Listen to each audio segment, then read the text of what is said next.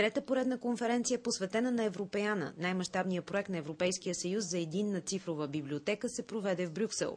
Инициатор на срещата е депутата от Европейския парламент и член на Комисията по култура и медии Емил Стоянов. В сърцето на Европа се срещнаха водещи български експерти от библиотеки, музеи, архиви, както и специалистите, които са в основата на Европеяна. А Европеяна е водещ проект на Европейския съюз и неговата стабилност, подчерта Дорис Пак, председател на Комисията по култура към Европейския парламент. Това, което ние трябва да покажем, е, че Европейския съюз е повече от правенето на политики и издаването на закони. В противен случай този съюз няма да бъде стабилен. Затова и Европеяна е толкова важна, за да покажем душата на Европа. Според евродепутата Емил Стоянов, след трите конференции, посветени на Европеяна, България е много по-близо до цифровизация на културно-историческото си наследство. Ние имаме за 1 година и половина вече над 20 000 дигитализирани наши документа, а започнахме само от 5-6 хиляди. Това е един много голям успех за мен. Друго важно нещо, дето днес постигнахме, е, че България е в Европейския парламент.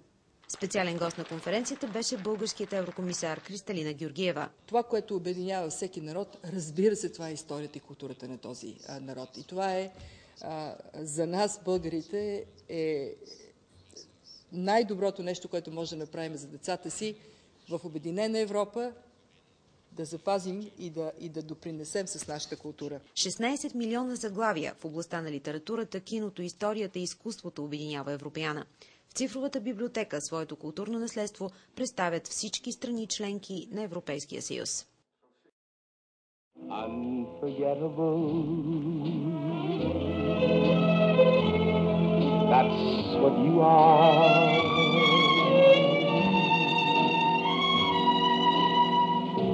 Unforgettable, though near or far,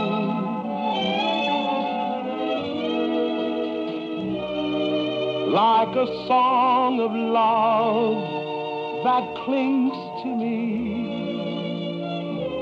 how the thought of you does things to me never before. Has someone been more unforgettable in every way?